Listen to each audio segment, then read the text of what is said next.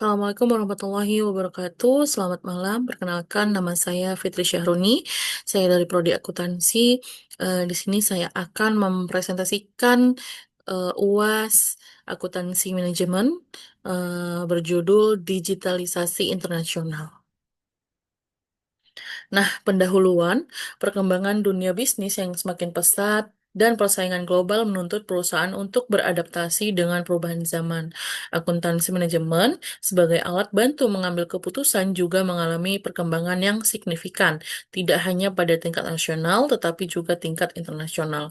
Isu-isu seperti digitalisasi, sustainability, dan penggunaan teknologi canggih merupakan tantangan dan peluang baru bagi praktik akuntansi manajerial.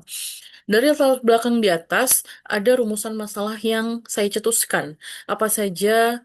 Yang pertama itu ada apa saja sih isu internasional terkini dalam manajemen akuntansi manajemen, dan bagaimana sih isu-isu tersebut mempengaruhi praktik manajemen biaya dan pengambil keputusan manajerial. Nah, materi ini saya paparkan bertujuan untuk mengidentifikasi dengan menjelaskan isu-isu internasional terkini dalam akuntansi manajemen, serta memberikan gambaran bagaimana hal tersebut mempengaruhi strategi dan proses bisnis perusahaan global. Nah, di sini ada pembahasan. Yang pertama, digitalisasi otomatisasi akuntansi manajemen.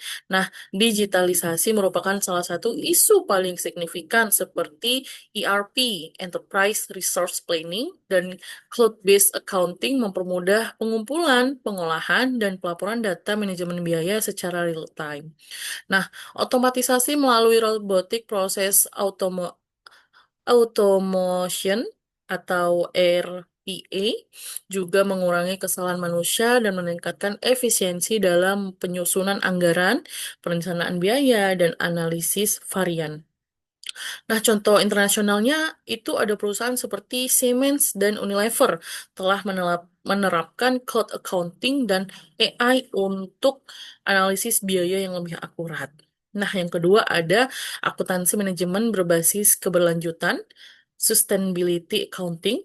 Nah, ini isu lingkungan dan sosial kini mulai menjadi perhatian utama nih dalam dunia internasional. Perusahaan internasional mulai memasukkan biaya keberlanjutan seperti emisi karbon atau limbah industri dalam biaya di laporannya. Konsep triple bottom line atau profit, people, dan planet menjadi pendekatan penting dalam akuntansi manajerial modern. Nah, contoh internasionalnya di sini ada Patagonia dan Tesla memperhitungkan biaya lingkungan mereka sebagai komponen utama strategi bisnis mereka. Nah, di pembahasan selanjutnya ada penerapan standar internasional.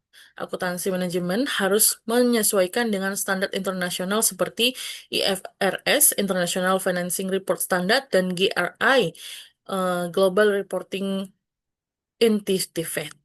Konvergensi standar ini membuat proses manajemen biaya dan pelaporan harus selaras dengan praktik global.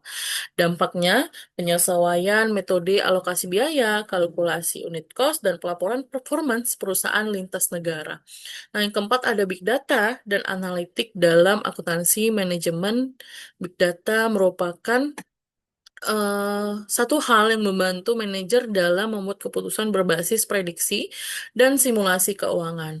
Dashboard interaktif dan business intelligence, tools seperti Power BI, Table AI digunakan untuk menganalisis margin, pengendalian biaya, hingga proyeksi kinerja.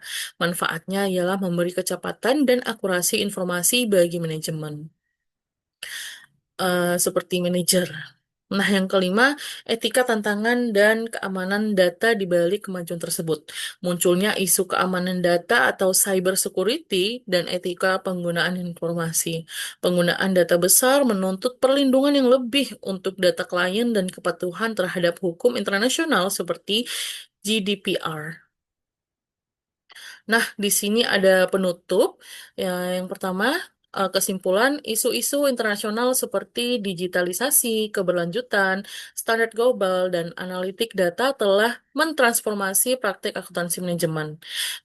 Profesional akuntansi perlu adaptif dan inovatif dalam menerapkan konsep-konsep baru ini untuk menjaga daya saing dan transformasi perusahaan.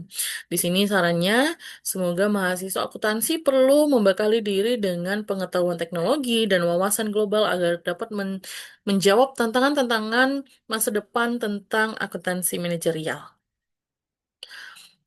Sekian dari saya, presentasi dan PowerPoint saya. Terima kasih, Bu. Lebih kurangnya saya mohon maaf.